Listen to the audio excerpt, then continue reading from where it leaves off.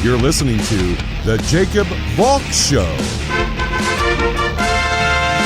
He's breaking down the latest and greatest in sports as only he can.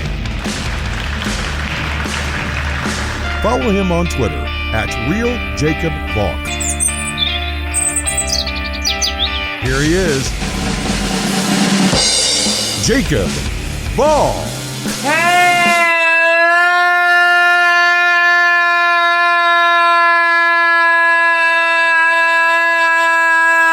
Sports fans, welcome to another edition of the Jacob Valk Show. I am Jacob Valk, and this is the second of 3 shows you're going to get today. You got the Brooklyn Nets show at 6 a.m. this morning. Obviously, this is the regular episode of the Jacob Valk Show. And in the evening, you're going to get the New York Jets off-season preview. I'll say this. It's over 2 hours long. I didn't mean for it to go that long, but there's a lot to break down with the Jets off-season. It's a very important off-season for them. But enough of the minutia. I gotta start with Washington, Philly. More specifically, what happened in the fourth quarter of that game. Jalen Hurts, through 3 quarters, didn't look great. Completed just 7 of his 20 passes for 72 yards. He threw an interception. He had 8 carries for 34 yards and 2 touchdowns. That's what made Hurts so difficult for Washington.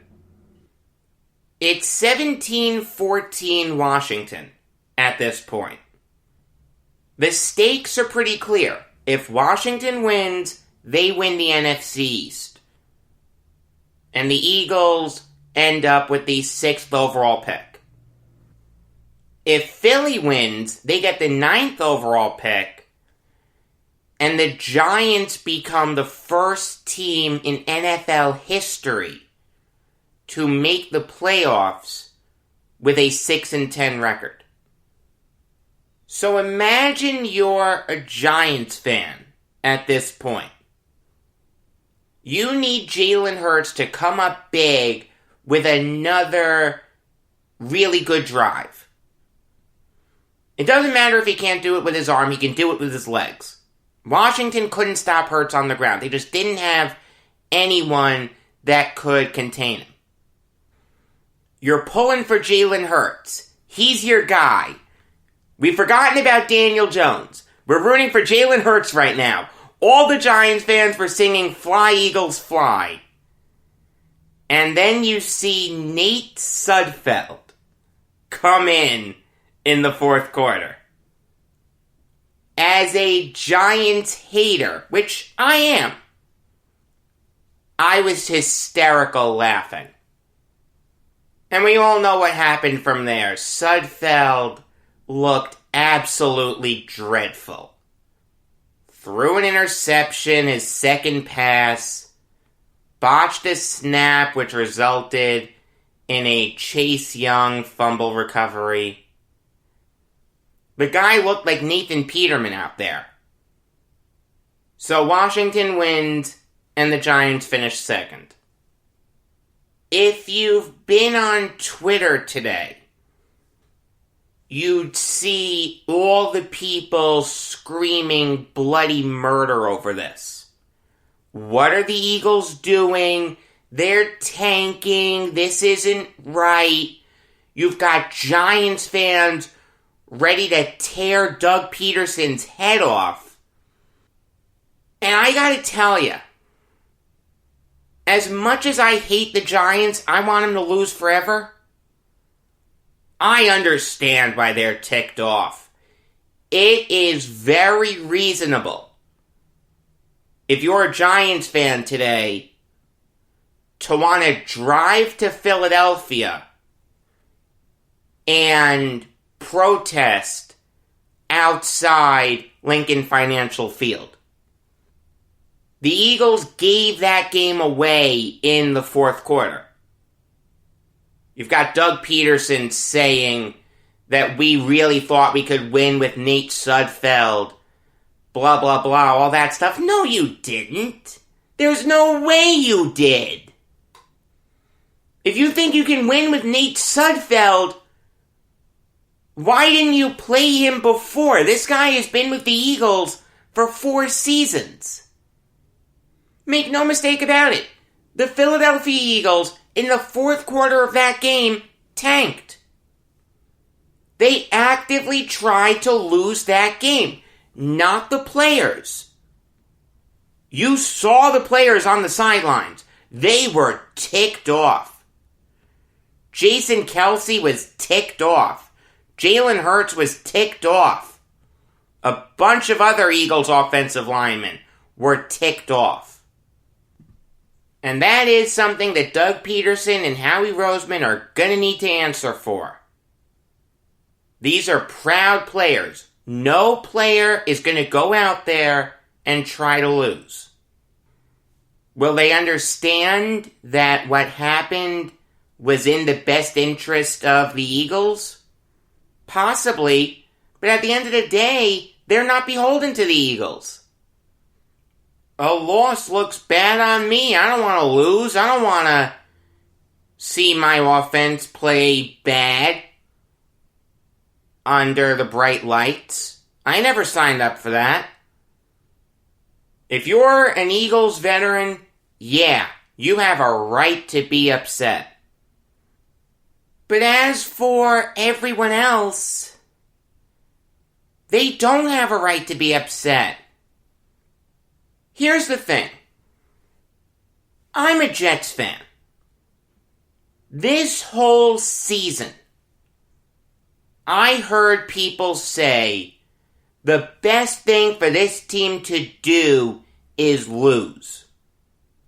That was coming from Jets fans, Jets haters, people with no affiliation to the Jets, people in the media, whoever. They were all saying the best thing the Jets could do is lose. They were advocating tanking. Go back to the date of the Raiders game. Every Jets fan on earth, except me, was going nuts that the Jets had a chance to win that game. Go back to the Rams game. They were upset that the Jets won that. All those people were saying tanking was okay. Now when a coach does it in one quarter, not the whole game, just one quarter, his name is mud? No! You can't have it both ways. You can't say, why are the Jets trying to win this game? And then begrudge the Eagles for tanking.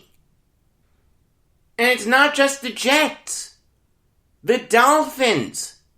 Last year when they were tanking for Tua, everyone was saying how brilliant of an idea that was.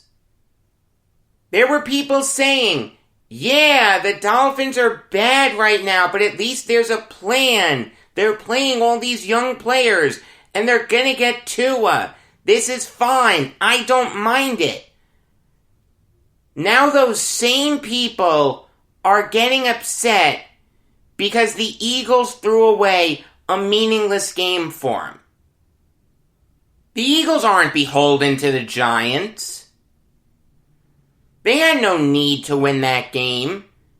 It was better for them to lose. Eagles fans wanted them to lose.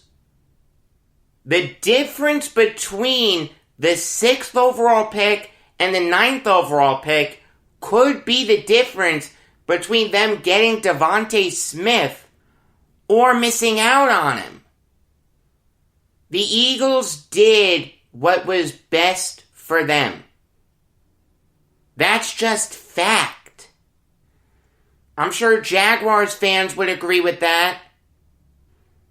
Earlier in the season, when the Jets were winless and the Jaguars only had one win, there were a bunch of Jaguars fans that were saying, "Lose, Jaguars, lose. That's the only chance you have at getting Trevor Lawrence." The reality is, unfortunately, tanking is a legitimate strategy. It shouldn't be. I've said this in the past about the NBA. If a team is tanking, strip them of all their picks. Maybe we need to do something like that for the NFL. At the end of the day, this isn't what the league wants.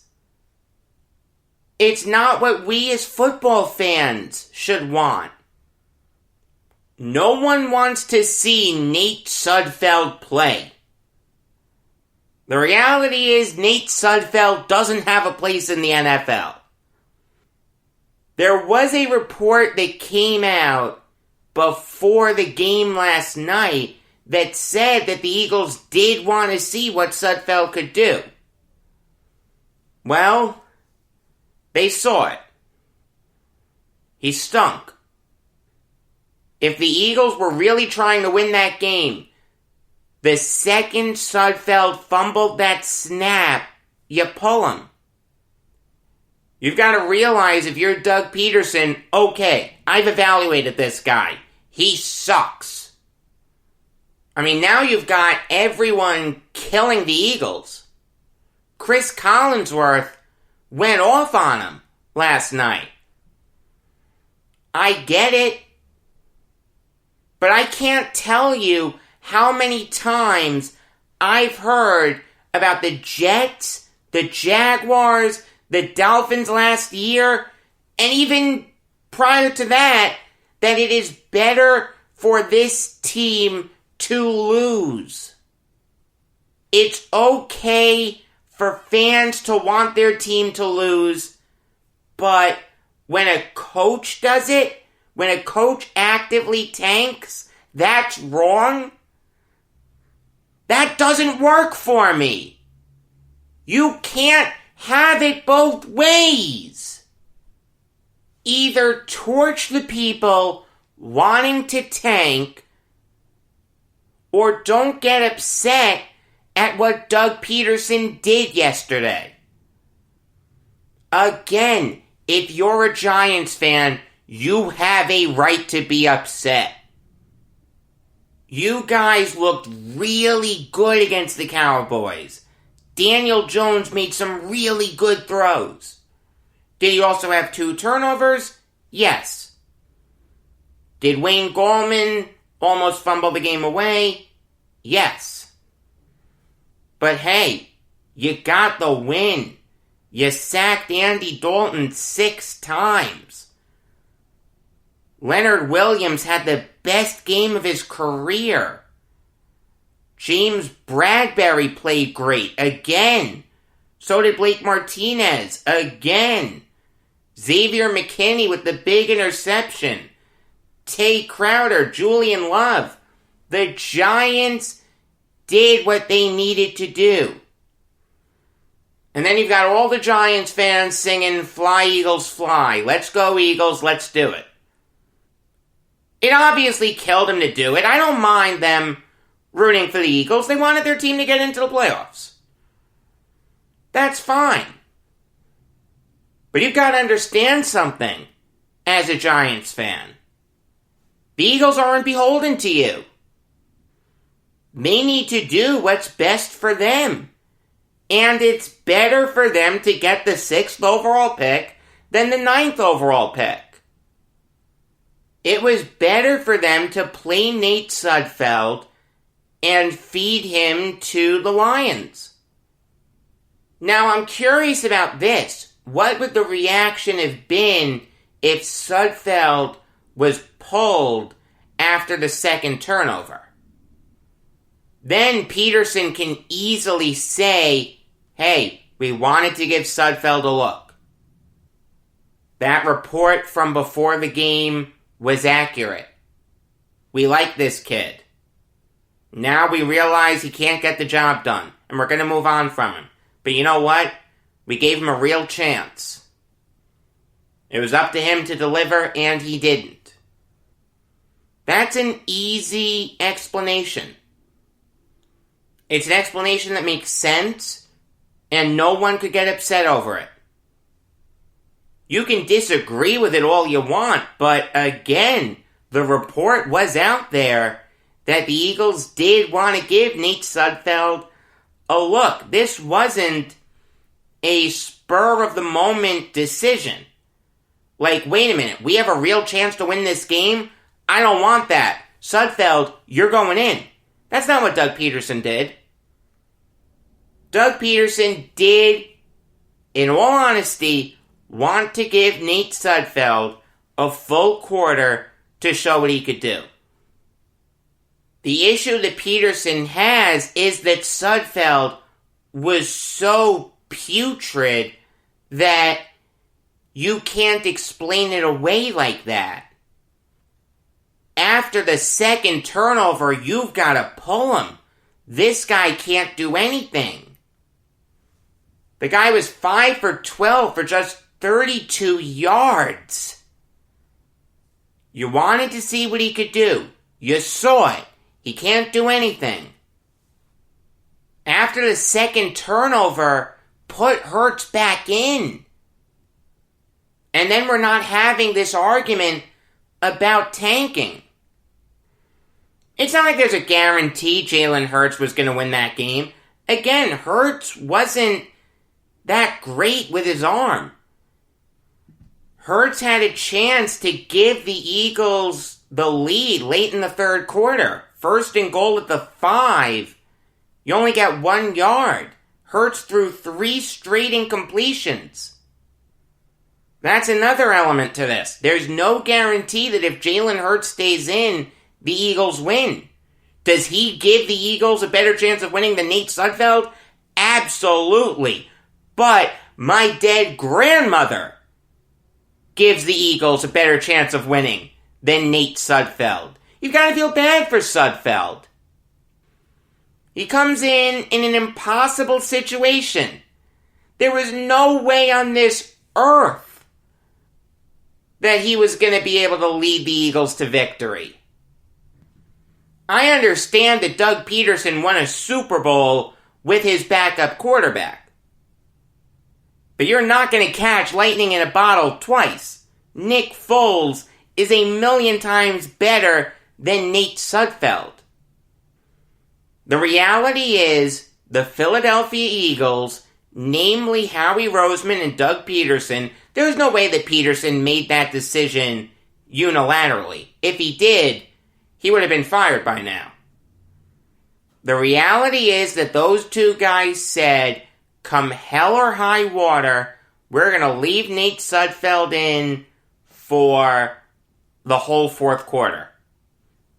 We don't care whether we have a chance to win or not. Sudfeld is going to play the whole quarter. You can disagree with that all you want. If you're a Giants fan, you have a right to get ticked off. You want to tell me that the Giants had a bunch of opportunities earlier in the season to make it so they didn't need this game? You're right. No one ever accused the Giants of being a good team. The Giants are not good. They didn't deserve to be in the playoffs. They went 6-10. They were leading the division late in the year, and then they got blown out by the Cardinals. They were embarrassed by the Browns on Sunday Night Football. They got destroyed by the Ravens. They're not a good team. They didn't deserve to be here. The Giants have some tough decisions to make. What do you do with Dave Gettleman? What do you do with Daniel Jones? Are you going to give the new GM the power to fire Joe Judge? It shouldn't have come down to you needing the Eagles to win. You never want that as a fan base or a team. But you know what? It was pretty obvious that the Philadelphia Eagles laid down for Washington. You have a right to be upset about that as a Giants fan. But again, if you ever advocated tanking for any team, Jets, Jaguars, Dolphins, your own team, whatever, and this goes for if you're a casual football fan or you're a member of the media, you can't begrudge the Eagles for doing what they did. That is hypocritical. It's okay for fans to want to tank, but when a coach does it, that's wrong? When a front office endorses it, that's wrong? That doesn't work for me. Speaking of win and you're in, the Miami Dolphins found themselves in that situation. All they had to do was beat the Bills, and they were in the playoffs. Instead, they got their doors blown off. They lost 56-26. That opened the door for the Indianapolis Colts. All they had to do was beat the Jaguars. They did, 28-14. That resulted in the Colts taking the 7th seed in the AFC, and the Dolphins are now making golf reservations. The big story about this game isn't the fact that they lost to the Bills. The Bills are a really, really good team. They're going to give the Chiefs a run for their money in the AFC title game. That was always a tough ask for the Dolphins to beat the Bills. The big story, though, is how bad Tua Tagovailoa was. The guy completed 35 of his 58 passes for 361 yards and a touchdown. Give him credit. The thing is, though, he threw 3 interceptions. Also, the Dolphins were absolutely putrid in the first half yesterday. At the half, they were down 28-6. They couldn't get anything going offensively. There are some people saying that the Miami Dolphins should move on from Tua after just 1 year. Take Zack Wilson and go from there. They're already writing off Tua as a bust. I've heard a lot of stupid things this year when it comes to the NFL. I've never heard of anything as stupid as that. To advocate for the Dolphins to move on from Tua is nothing short of idiotic. Let's look at what Tua did this year as a whole. He completed over 64% of his passes for 1,814 yards in 9 starts. That's not bad. He's a rookie. You'd like it to be better in a perfect world. It's just under 181.5 yards per game. But again, he's a rookie quarterback. Chan Gailey didn't want to put a lot on his plate right away. You can live with that. He threw 11 touchdowns to 5 interceptions, and he ran for 3 touchdowns. That's not a bad rookie season. It's not Joe Burrow-like. It's not Justin Herbert-like. But it's not bad. Compare it to Joe Burrow. The first overall pick in the 2020 NFL Draft. Only won 2 games this year. He went 2-7-1. Here's a newsflash for you. 6-3 is better than 2-7-1. And 6-3 is better than 6-9. Which is what Justin Herbert finished with this year. To move on from Tua, a guy who, if he didn't get hurt last year, very easily could have been the first overall pick. A guy who the Dolphins threw away a season for. The whole thing was tanked for Tua. They got Tua. They got who they wanted. Now they're going to move on from him after 1 season? That is absurd. Let me tell you, if Tua was in this draft, he'd go ahead of Zack Wilson. Zack Wilson is being a little overrated. I'm not saying he's bad. I like Zack Wilson. I think Zack Wilson will have a good NFL career. But this guy's being talked up like he's the second coming of Jim McMahon. He's not. He's a one-hit wonder. That's all he is. Great year last year. 11-1.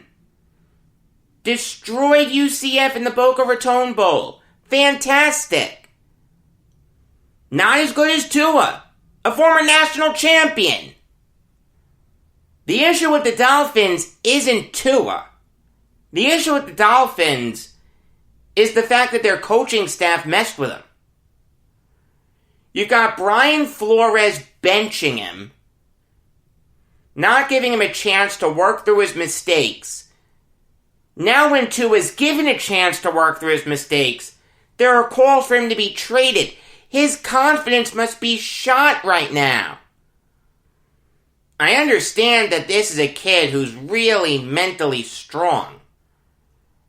I've commended him for that in the past. But this would be tough for anyone to withstand. Let alone a 22-year-old kid who just finished his first year in the NFL. You've got a bad play caller in Chan Gailey. The guy's doing a lot of dink and dunk stuff. He's not letting Tua air the ball out. That's another big knock on Tua. He can't throw the deep ball. He's not good at moving the ball downfield. Have you seen those plays the Dolphins are running? Chan Gailey has done a really bad job. Brian Flores is getting overrated. This guy could win Coach of the Year. He doesn't deserve to be Coach of the Year. Hallelujah. The Dolphins went 10-6. They were 5-11 last year. Alright, they doubled their win total. Give them credit. They missed out on the playoffs. They have a quarterback who they've mishandled in every conceivable way. To the point where there are now people calling for his head. And this guy's going to win Coach of the Year? Are you kidding me? I'm going to do my NFL award picks tomorrow. Here's a spoiler alert. I'm not giving Coach of the Year to Brian Flores. The Dolphins are fine with Tua. They just need to trust him. So I promised you a Black Monday recap, and that's what I'm going to give you now. The first salvo fired was actually fired on Sunday night. The Jets finally moved on from Adam Gase. The thing that was always funny to me about the Gase rumors was that late in the season, people were saying like it was big news that Adam Gase is going to be fired after the Patriots game. Of course. That wasn't news. That was just fact. You knew that was going to happen. You have Craig Carton reporting it on WFAN like it's some big news. It's not big news. You have Ian Rappaport and Tom Pelissero reporting it on NFL.com. Again, not big news. Everyone who follows the Jets knew that Adam Gase was going to be fired after the Patriots game. The only thing that was newsworthy about that was the report that came out that said that Gase would have been fired if they had lost to the Browns. But because he beat the Browns, they kept him around. That's the only thing that's really newsworthy. There's not much I can say about Gase being fired, except I don't think this was all his fault. I think it's more on Joe Douglas. I think it's more on Sam Darnold. I understand that Adam Gase had a role in this. There's no question that it's the right decision to fire him. He should have been fired a long time ago. And in my opinion, the guy who they should hire is the guy who they should have hired 2 years ago. Eric Bieniemy. I mean, I'm not going to go crazy in depth on the Jets firing Gase. I've done it all year, and I have the Jets offseason preview coming this evening. So, there's not much I can say. I mean, the Jets firing him just isn't news. It's newsworthy in the sense that they fired a head coach, but it's not newsworthy in the sense of we all knew it was coming. What we also knew was coming was the Jaguars moving on from Doug Marrone.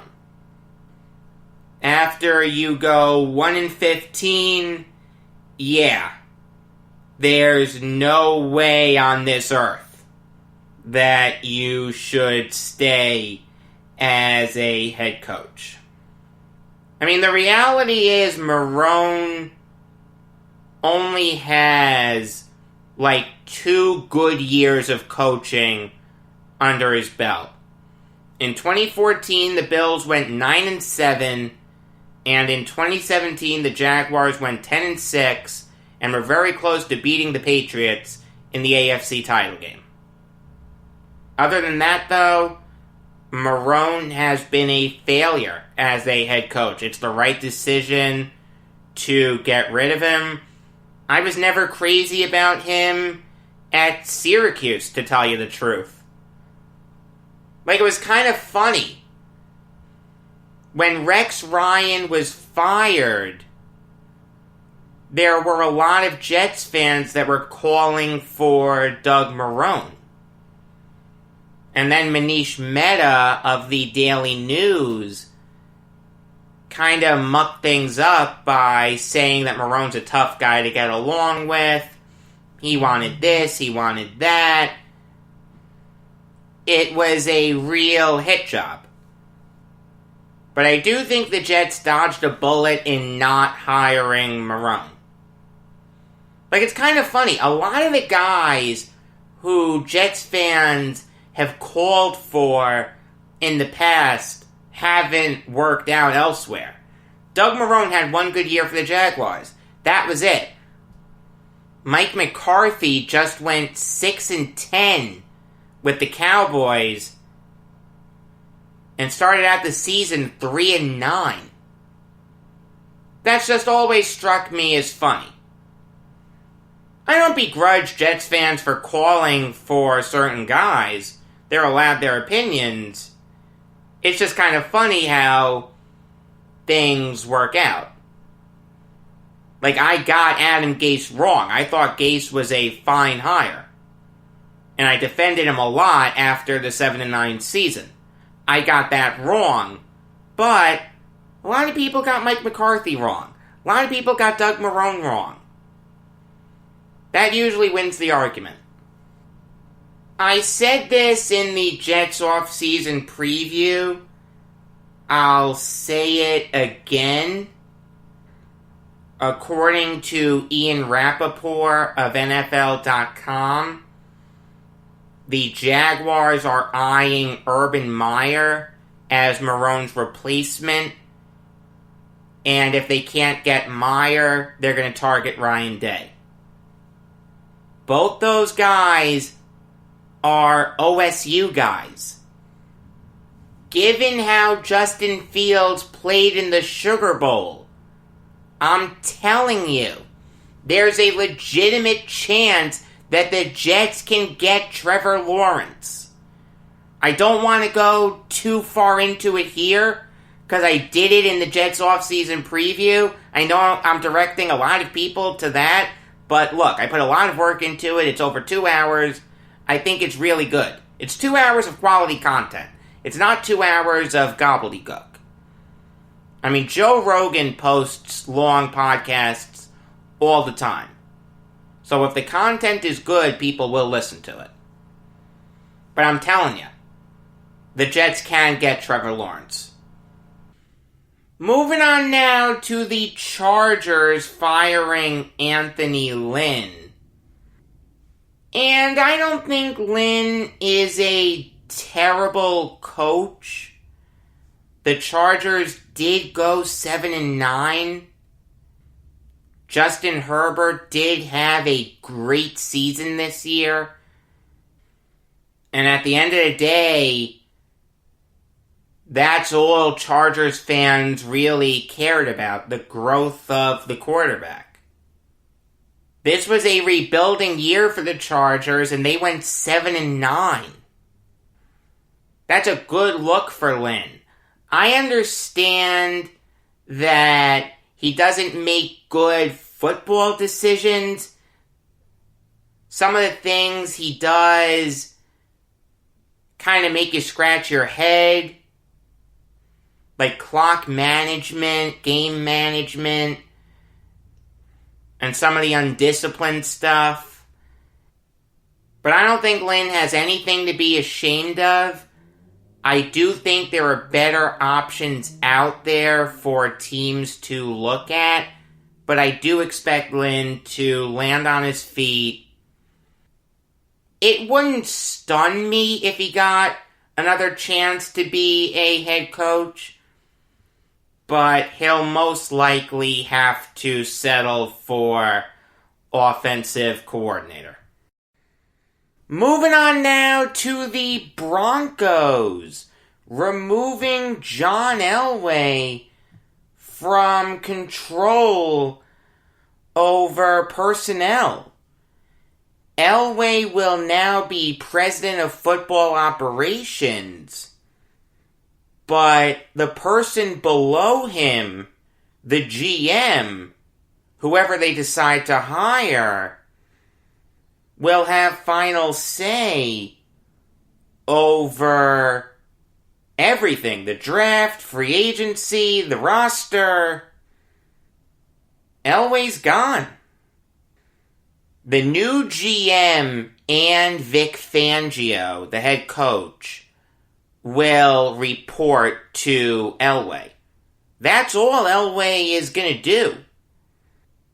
The reality is it's long overdue. John Elway has not done a good job as Broncos executive. When were the Broncos successful with Elway as their lead executive? When Tim Tebow was their quarterback and they beat the Steelers in a crazy playoff game, who Elway didn't draft. That was a Josh McDaniels move.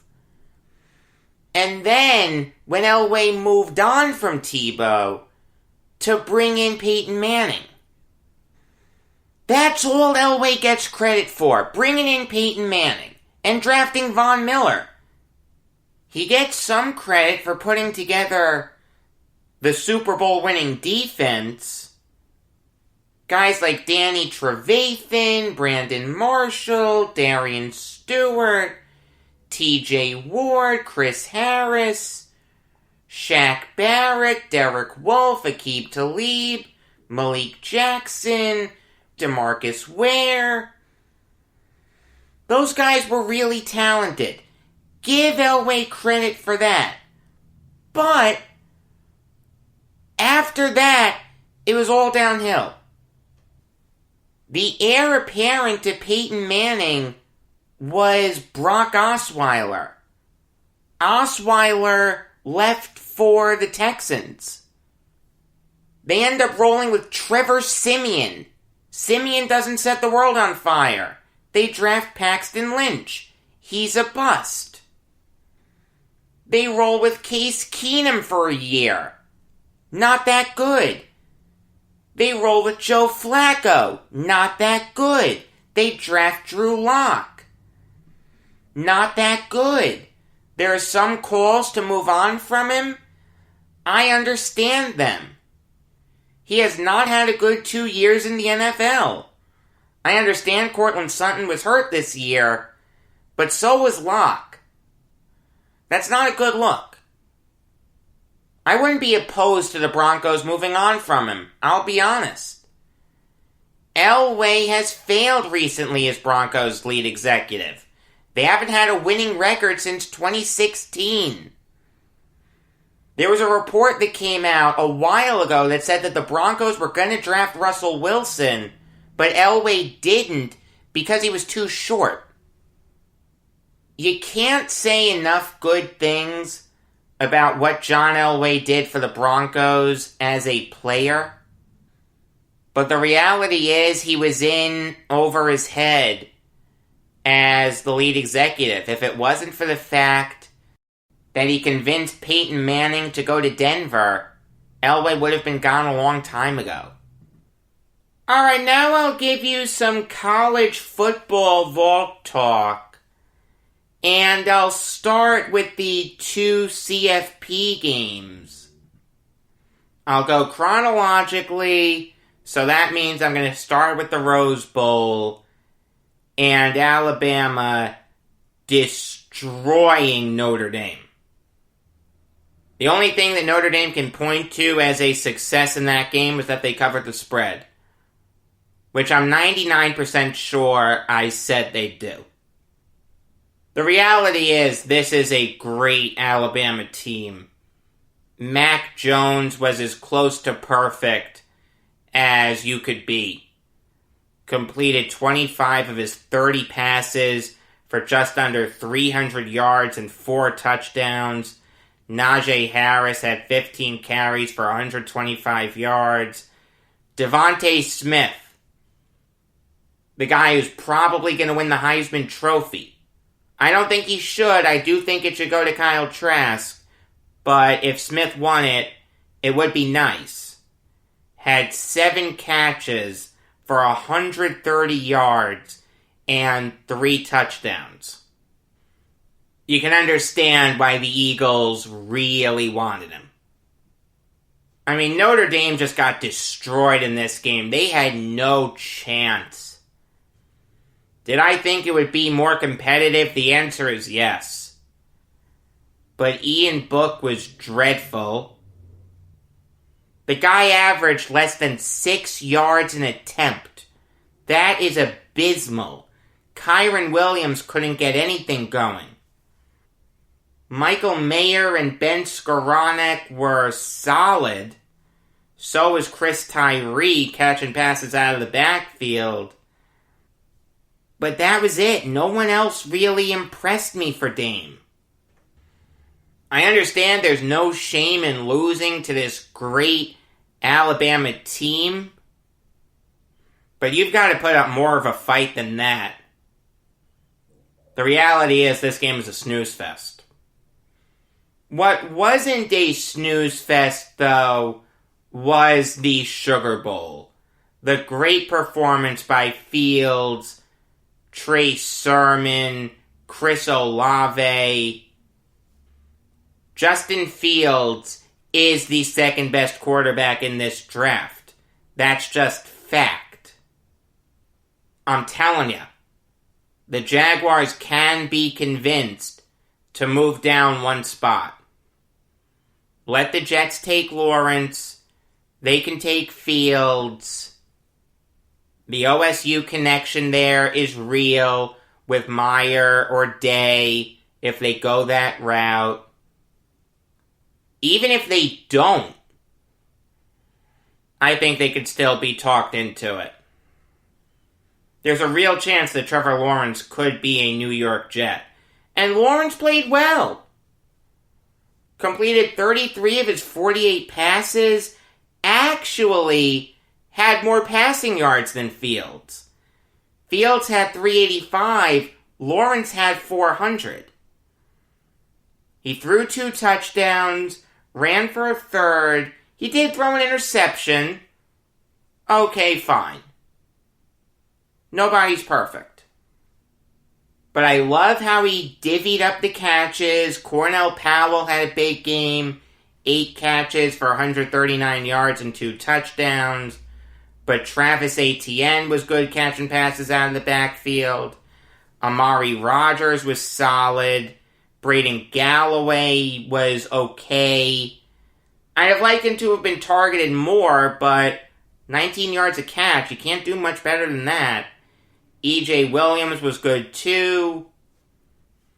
The gap has narrowed between Lawrence and Fields, but Lawrence is still at the top.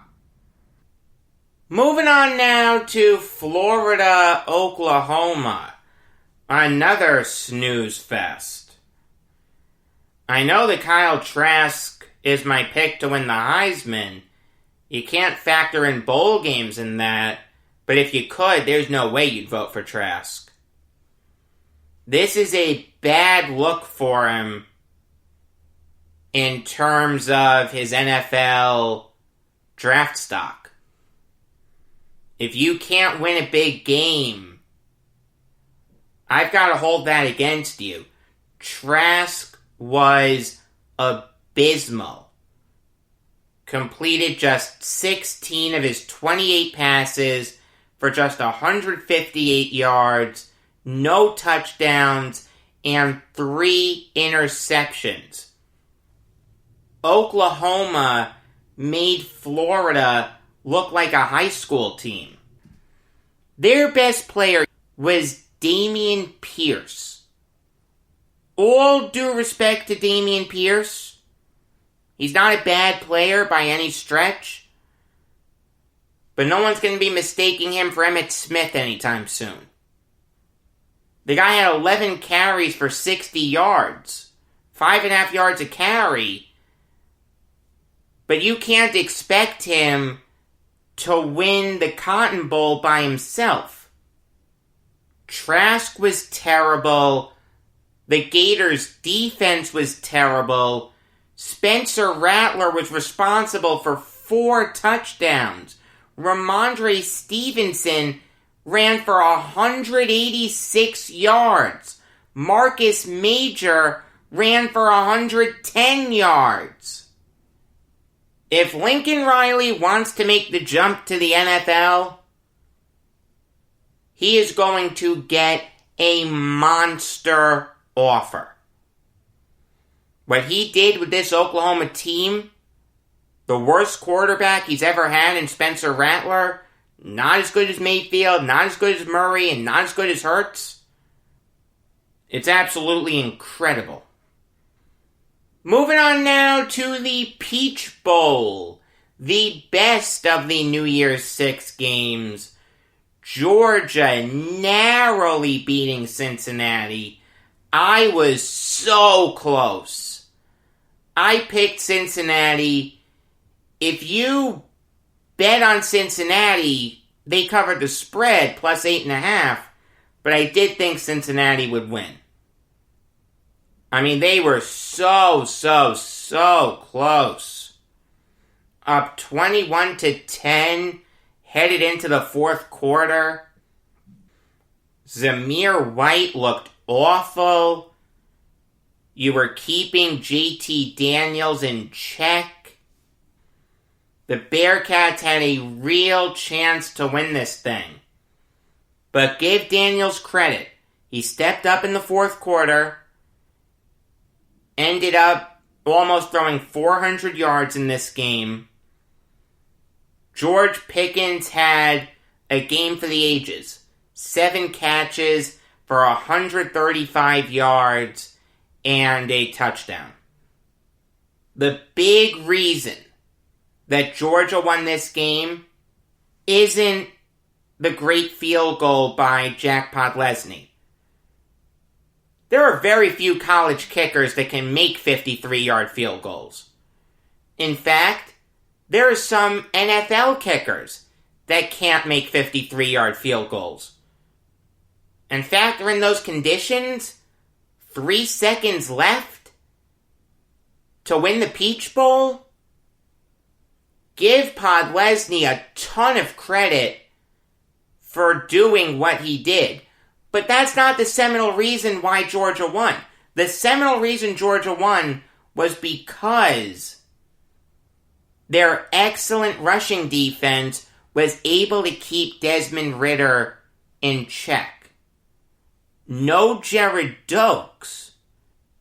So they just focused on Ridder. They let Jerome Ford run roughshod. 8 carries for 97 yards and a touchdown. Fantastic game for Ford. But Ridder couldn't get anything going with his legs. If you look at the stat sheet, it reads 15 carries for negative 17 yards. He put the ball on the ground 3 times. He lost one of them. If Ridder could have gotten going with his legs, Cincinnati wins. They score on another drive. I mean, I thought Ridder was smart in the passing game. Completed 24 of his 37 passes for 206 yards. He was taking what Georgia was giving him. He threw 2 touchdown passes. He completed passes to 10 different Bearcats. I like Desmond Ridder. I really do. But give Georgia credit. Their defense stepped up in stopping Ridder on the ground. And Jack Podlesny kicked one of the biggest field goals in Georgia history, if not the biggest. An intangible quality for kickers is the ability to make clutch kicks. If Podlesny has that, he has an NFL future. Moving on now to Oregon ISU. A very confusing game to me. I didn't understand why Mario Cristobal was so quick with the hook for Tyler Schuff. This is the guy who got you here. I thought he was a little overrated, but he had a really quick hook. The guy only threw 9 passes. You go with Anthony Brown. All due respect to Anthony Brown, but you can't expect him to win the Fiesta Bowl. I didn't think Cristobal coached this game well. This was a very un-Oregon-like team. I said that before the game. They were more defense-oriented than offense-oriented. That's not what the Ducks usually do. Guys like Marcus Mariota and Justin Herbert put up a bunch of points, and that's how they win. I mean, I'll give Brown some credit. He did run for 2 touchdowns. Oregon did have a chance to win this game. It was 28-17 at the half. They just couldn't get anything going in the second half. ISU just ran out the clock. Breece Hall, 34 carries for 136 yards and 2 touchdowns. Probably the best running back in the nation. Brock Purdy had a typical game manager game, which I didn't expect, but the game plan was Hall heavy and Hall executed. It worked for the Cyclones. Give Matt Campbell credit. He got the win. Wouldn't surprise me if he made the jump to the NFL. I think he'd do a very good job. Charlie Kolar was good. 5 catches for 53 yards and a touchdown. Xavier Hutchinson was solid. 4 catches for 45 yards. The Cyclones thoroughly outplayed the Ducks. The last New Year's Six game to talk about is Texas A&M beating UNC in the Orange Bowl. Kellen Mond, with a big game here, really could have helped his draft stock. Could have entrenched himself as a solid day 3 pick. Now, he may still be drafted in day 3, but I'd be surprised if you got anything from him. He really didn't impress me with what he did in the Orange Bowl. Completed just 16 of his 26 passes. He had 11 carries for 36 yards and a touchdown, but I wasn't impressed with Mond. What I was impressed with was A&M's ability to run the ball down the throat of the Tar Heels. Isaiah Spiller had 11 carries for 50 yards and 2 touchdowns. He got hurt, was replaced by the freshman Devon Achane. And Achane had 12 carries for 140 yards and 2 touchdowns. He was incredible. For a freshman to do that is insane. Anais Smith, 6 catches for 125 yards. He was helping out Mond a lot. Seth Small, the kicker, made all 7 of his kicks. I like him. Give Sam Howell credit. He played well. Completed 18 of his 31 passes for 234 yards and 3 touchdowns. He also showed a little bit of mobility, which was nice. He did throw an interception, but again, no one's perfect. I know it's way too early to talk about the 2022 NFL Draft, but if I could make a prediction about it, Sam Howell will be the first quarterback taken in that draft. I think his NFL future is very bright. What he was able to do with Daz Newsome, 6 catches for 68 yards and a touchdown, and Josh Downs filling in for Diami Brown. Downs had 4 catches for 91 yards and 2 touchdowns. That was impressive. Really, really good game by Sam Howell. Keep an eye out for him down the line, I'm telling you. There is one more piece of college football news, and it took the entire college football world by storm. Tom Herman was fired by Texas after the AD said he was safe. Herman won his bowl game, undefeated in bowl games. I like Herman. I've said that in the past. And he was replaced by Alabama's offensive coordinator, Steve Sarkisian. I understand that Sarkisian has worked wonders at Alabama. What he's done with guys like Damian Harris, Tua Tagovailoa, Jalen Hurts early on in his career, Najee Harris, Mac Jones, Josh Jacobs, Calvin Ridley, Jerry Jeudy, Henry Ruggs, Jalen Waddle, Devontae Smith, Irv Smith, and John Mechie is incredible. I like Sarkisian. I think Sarkisian will do a really good job at Texas. I thought he was good at Washington, and I thought he was good at USC. But to move on from Herman the way that Texas did, that just leaves a bad taste in my mouth. The AD comes out and gives Herman a vote of support. Herman wins the Alamo Bowl, and he does it very convincingly. The Longhorns beat Colorado 55-23.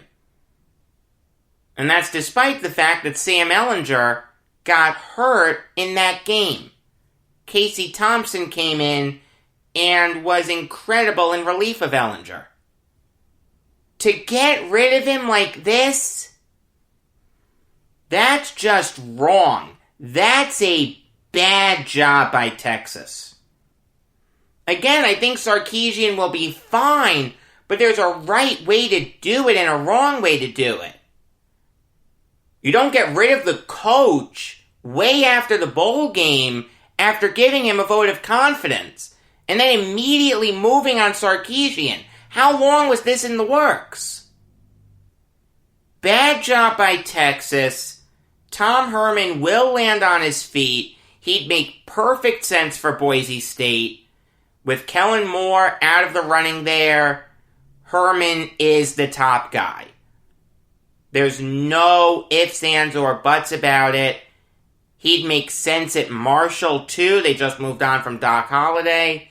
He lost a power struggle there. I could see that working. Herman will land on his feet. As for who could replace Sarkisian, don't be surprised if it's Adam Gase. The two of them know each other from Saban's days at LSU. I've said in the past that I think Gase will land on his feet. I kind of backed off that as the season unfolded, but it would be a pretty good job by Gase if he somehow works his way onto Nick Saban's staff at Alabama. That would be a really good fit for him.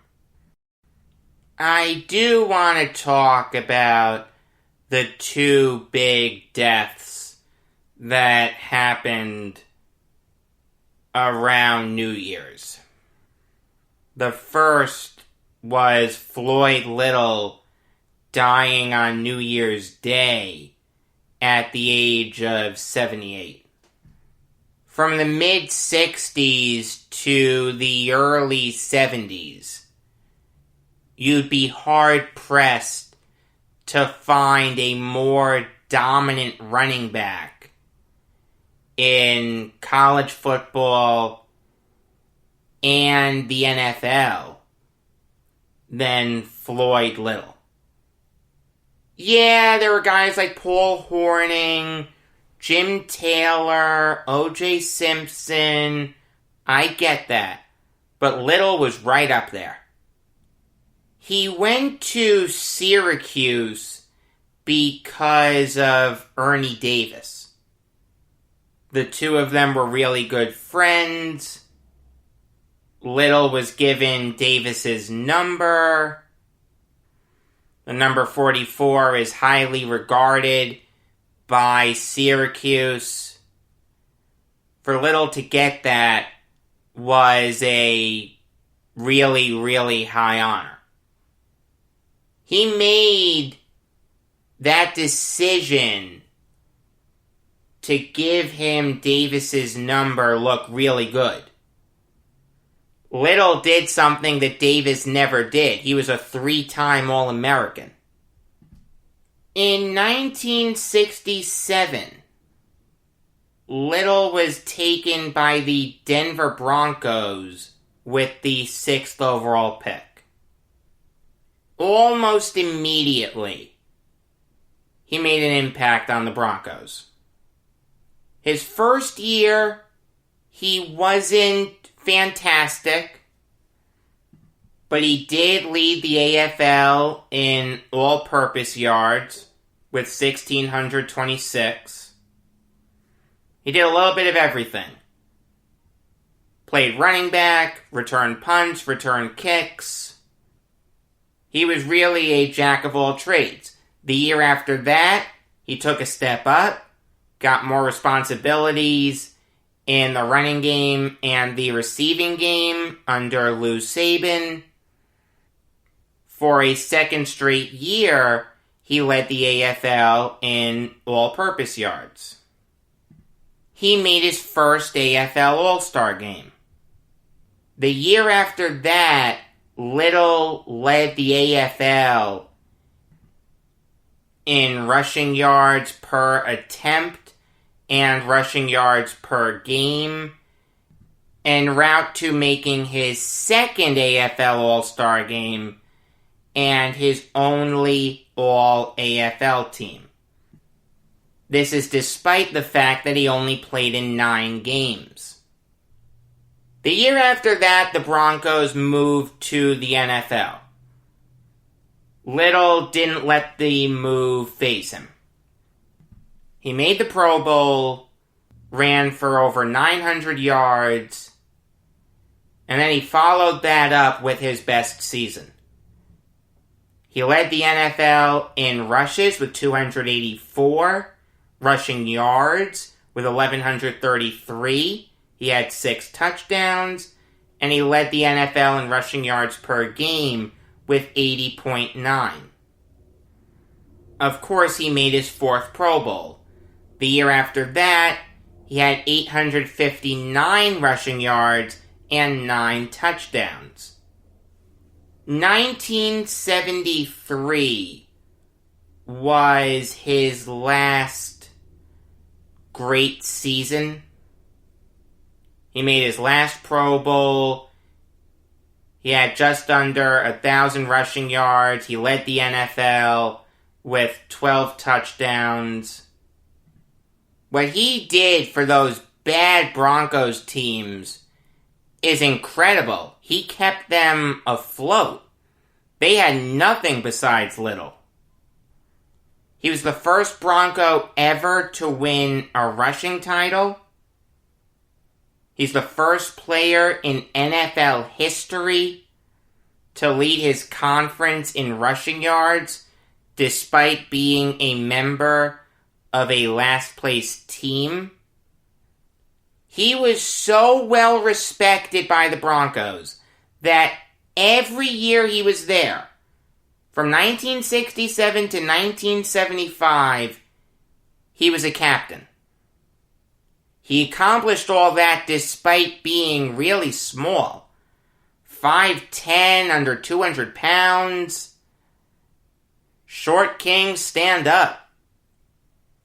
He was one of the first members of the Broncos Ring of Fame, had his number retired by the Broncos and Syracuse, was elected into the College Football Hall of Fame in 1983, and the Pro Football Hall of Fame in 2010. May he rest in peace. The second death to talk about is Paul Westphal, who died the day after Little at the age of 70 from a glioblastoma, which is a very aggressive form of brain cancer. Paul Westphal was an incredibly dominant player in the mid to late 70s into the early 80s, and was also a really good coach. In a rare miss by the Boston Celtics, they drafted Westfall with the 10th overall pick in the 1972 NBA draft. But they just couldn't get anything out of Westfall. He wasn't bad, he just wasn't great. Then he went to the Suns in the 1975 offseason in a pretty controversial trade. the Suns had Charlie Scott, a really good point guard. By far and away their best player. But the Suns traded him for Westfall and 2 second-rounders. Suns fans really didn't like that trade, but Westfall made them forget about Scott pretty quickly by putting together really good seasons of his own. Every year that he was a Phoenix Sun, he averaged over 20 points a game. This was during his first 5-year stint with the Suns. With the exception of his first year with the Suns, he made an all-star team every year he was there and shot over 50% from the field. Westfall's most endearing moment happened in Game 5 of the 1976 NBA Finals. So this is Westfall's first year with the Suns. They finished 42-40, sneak into the playoffs, upset the Supersonics, upset the Warriors, and with Westphal leading the team, along with Alvin Adams, the Suns are in the NBA Finals. The series is tied at 2. It's a fantastic game. One of the greatest games in NBA history. The Celtics had an 18-point lead after the first quarter. Everyone at the Boston Garden is thinking, this game's over. We've got this wrapped up. The Suns come storming back to tie the game at 95 near the end of regulation. Paul Silas had the ball for the Celtics. He tried to call a timeout. Richie Powers was a referee in this game. Powers seemed to have noticed Silas attempting to call a timeout, but he didn't grant it. That's notable because the Celtics didn't have a timeout. If Powers had done what he was supposed to do, the Celtics would have been given a technical foul, and the Suns would have been given a free throw. Maybe that changes the end of the game. You'd think that would be the end of the controversy involving timeouts. No, it wasn't. In the final 20 seconds of double overtime, the Celtics were up 109-106. Bear in mind, no three-point shot. The Celtics have it, right? Well, not really. Here's what happened. Phoenix is inbounding the ball after taking their last timeout. The ball gets to Dick Van Arsdale. He hits a jumper. Celtics up by 1. John Havlicek gets the ball, but Westfall steals it. As Westfall is going out of bounds, he gets the ball to Van Arsdale. Van Arsdale passes it to Curtis Perry. Perry misses an 18-footer. Havlicek can't get the rebound. The ball ends up back in Perry's hands. He hits a 15-footer. So Phoenix is up by 1 at this point with 6 seconds left. It was then that John Havlicek hit an incredible shot. A running, leaning one-hander off the glass with a bunch of Suns around him to give the Celtics seemingly a victory because the clock did show zeros. So everyone is thinking the Celtics won 111-110. People in the garden start running out onto the court. A fan attacked Powers. They were turning over scorers' tables. It was nuts. Eventually, when order was restored, there was 1 second left on the clock. The Suns are inbounding the ball from under their own basket. They're down 1. It was then that Paul Westphal did one of the most ingenious things in NBA history. He called a timeout. Remember, the Suns have no timeouts. The rule at the time was that the Celtics would be given a free throw, which JoJo White hit, so the Celtics have a 2-point lead. But the Suns get the ball back at half court. So with 1 second left and the Suns down 2, they're inbounding the ball from midcourt with a chance to tie the game. Curtis Perry gets the ball to Gar Hurd. Suns tie the game.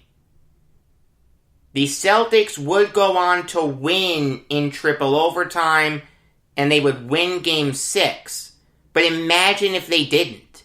Imagine if the Suns won Game 5 and either Game 6 or 7.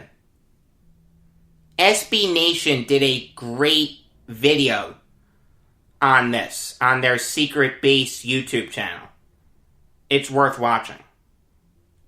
Westfall's Suns career came to an end when he was traded to the Supersonics for Dennis Johnson. With the Sonics, Westphal made his last All-Star team. He'd finish his career by making 5 NBA All-Star teams, 3 All-NBA first teams, and an All-NBA second team. Westphal then got into coaching. In 1988, he won an NAIA championship with Grand Canyon. That landed him an assistant coaching job with the Suns. He then worked his way up to head coach. In his first year as Suns head coach, they went 62-20 and made the NBA Finals, losing to the Bulls in 6 games. The year after that, they went 56-26. The year after that, they went 59-23. In both of those seasons, they swept their first-round opponents. In 94, it was the Warriors. In 95, it was the Trailblazers. But in the second round, they'd lose to the Rockets in 7 games. Westfall was fired midway through the 95-96 season. He really shouldn't have been. I'll fast forward a little bit to when he was Lionel Hollins' lead assistant, when Hollins was coaching the Brooklyn Nets. I remember Westfall would do halftime interviews, but he didn't like doing them. So he passed them off to Tony Brown, who, funnily enough, would replace Lionel Hollins as Nets head coach, albeit on an interim basis. Thank God it was an interim basis because Brown was a dreadful head coach. Westfall was inducted into the College Basketball Hall of Fame in 2018. He had a great career at USC. Was an All-American in 1972. Coached Pepperdine for a little bit. Pepperdine did make March Madness his first year there, but they didn't win a game. And he was inducted into the Basketball Hall of Fame in 2019. May he rest in peace. New York Jets offseason preview comes your way tonight. It's over 2 hours, but it needs to be over 2 hours. Regular episodes of The Jacob Valk Show come your way every weekday afternoon. Tomorrow, I'm going to do my NFL award picks. Friday is when I'm going to break down all the playoff matchups. I want to wait until the injury report gets fleshed out. Also, I don't want to repeat myself incessantly. Until next time, I am Jacob Valk saying that Wes Chamberlain was the least impressive Chamberlain since Neville.